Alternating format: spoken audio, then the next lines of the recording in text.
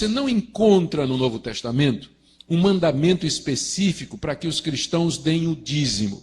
O que você encontra é o seguinte, isso aí está claro no Novo Testamento.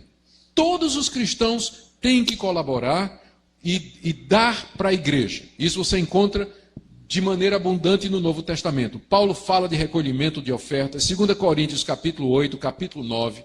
Você vai encontrar Paulo organizando uma coleta entre os membros da igreja.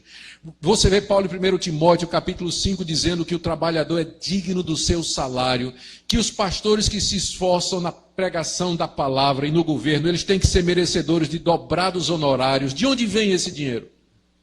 Então, todo crente é convocado no Novo Testamento a dar para a igreja. Isso é claro. Primeiro, todo mundo tem que dar. Segundo, a Bíblia diz que eles têm que dar generosamente. Não pode, Deus ama a quem dá com alegria. Não é dar assim, não é? Feito os israelitas estavam dando aqui, o ceguinho, o coxo, o dilacerado, o aleijado, mas dando com alegria, dando com abundância.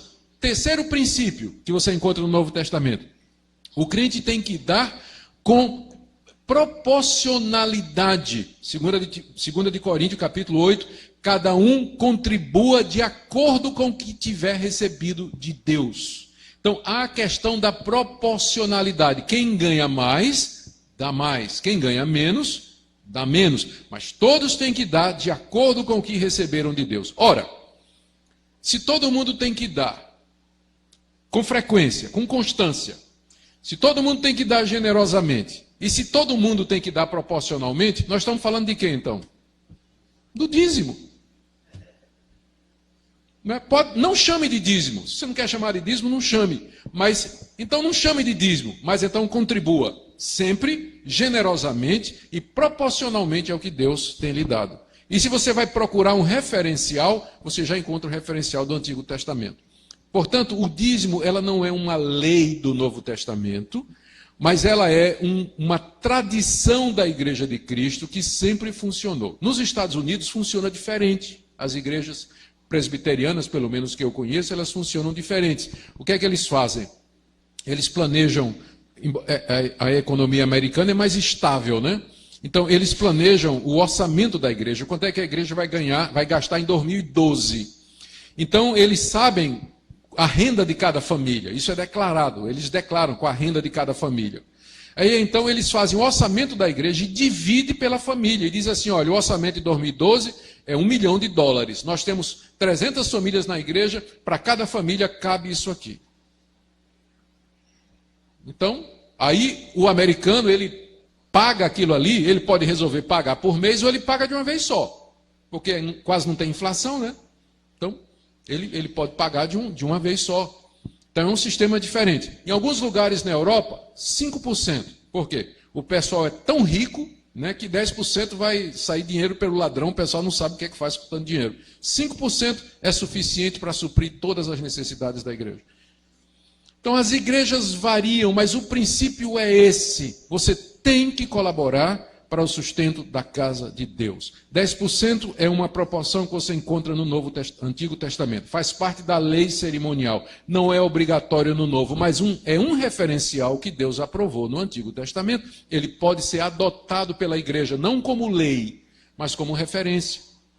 E você não vai ser amaldiçoado por Deus se você não der 10%. Você vai ser, ser ripado se você não der, for mão de vaca, não é isso?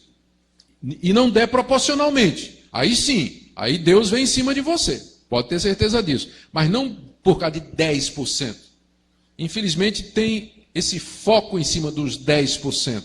Se esquecendo do que é que está por detrás, que é o princípio da constância, da generosidade e da proporcionalidade. Isso você encontra no Novo Testamento com muita clareza. Na verdade, em certos casos, eu acho que os crentes deviam dar até mais do que 10%. Dependendo da situação da igreja. E eu conheço crentes que dão muito mais do que 10% do que eles ganham para o trabalho de Deus. 10% é um referencial aprovado por Deus no Antigo Testamento que a igreja pode adotar como sendo um referencial. Mas não entendo que é uma lei para o Novo Testamento. Mas é uma tradição boa que deve ser preservada. Muito bem, mas aqui no caso se tratava no Antigo Testamento era lei. E aqui o povo está desobedecendo uma lei do culto, não é? A Deus, que eles tinham que trazer como parte do culto 10% de tudo que eles tinham ganhado. E a promessa de Deus, então, é essa daqui.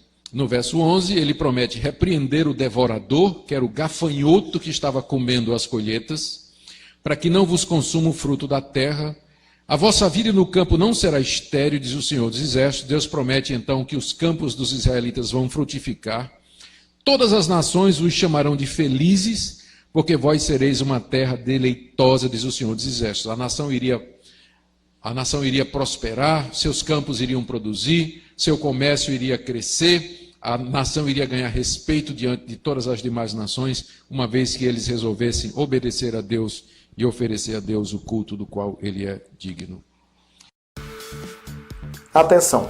Se você deseja aumentar seus conhecimentos bíblicos e ministeriais, e não apenas ficar discutindo religião sem nenhuma fundamentação bíblica, se você quer descobrir por que a grande maioria de líderes de ministérios conseguem abordar de maneira tão clara e detalhada os seus pontos de vista e pensamentos bíblicos, não fugindo dos parâmetros que a Bíblia ensina, se você quer um método eficiente, passo a passo, de como você poderá compreender seu real propósito em seu ministério, através do aperfeiçoamento do seu conhecimento bíblico e teológico, além de poder interpretar e transmitir o seu ponto de vista cristão e ético de uma maneira simples e objetiva.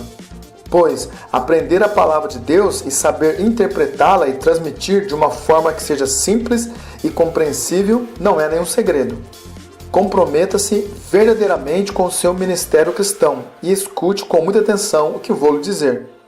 Se você deseja entender como ministrar a palavra ou até mesmo atuar de forma ética e transparente, colaborando para o crescimento da obra de Deus na sociedade em que vive, descobrindo que poucos sabem sobre como entender a palavra de Deus, conheça o curso Bacharel em Teologia 100% online, clicando logo abaixo no link no campo da descrição.